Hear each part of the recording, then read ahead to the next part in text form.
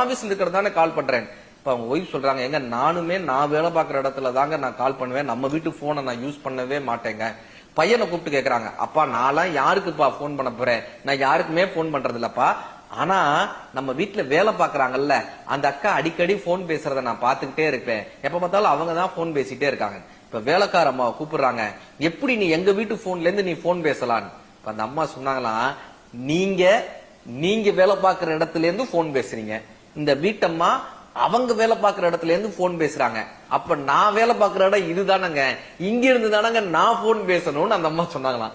இந்த உலகமே யோக்கியனாக இருக்க வேண்டும் என்று நாம் நினைத்தால் நாமும் யோகியனாக இருக்க வேண்டும். நாம் அயோக்கியனாக இருந்துவிட்டு இந்த உலகம் மட்டும் யோகியராக இருக்க வேண்டும் என்று நாம் நினைக்கவே முடியாது. வினை விதைத்தால் வினை கிடைக்கும், திணை விதைத்தால் தான் திணை கிடைக்கும்.